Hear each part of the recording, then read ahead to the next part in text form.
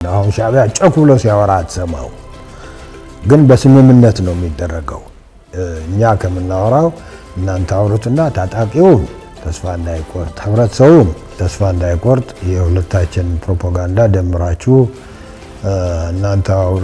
ለውጡስ እንዴት ትግራዋይ ሴሌብሬት ሊያደርገው የሚገባ አልነበረም፣ ግን መምጫው ተዘጋበት። ይገርምሃል ትግራይ ውስጥ ሻዕቢያን ክሪቲሳይዝ ማድረግ እስከ በግልጽ የሚያስወቅስ እየሆነ ነው።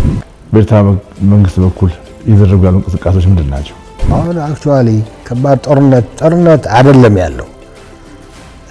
ሾርት ኦፍ ዎር እንፍታ ችግራችን ኖ ወደ ፉል ስኬል ዎር እንሂድ ነው። ናሽናል ሴኩሪቲ ትሬት ሆነ ከመጣ የውጭ ኃይልም ይዞብህ ከመጣ በአንድ እጅ መጨብጨብ አይቻልም። ቡርሃን ኃይል ከኤርትራ ጋር ከግብጽ ጋር እና ከሌሎች ጋር ሌሎቹ በራሳቸው ኢንተረስት ነው ጨዋታው።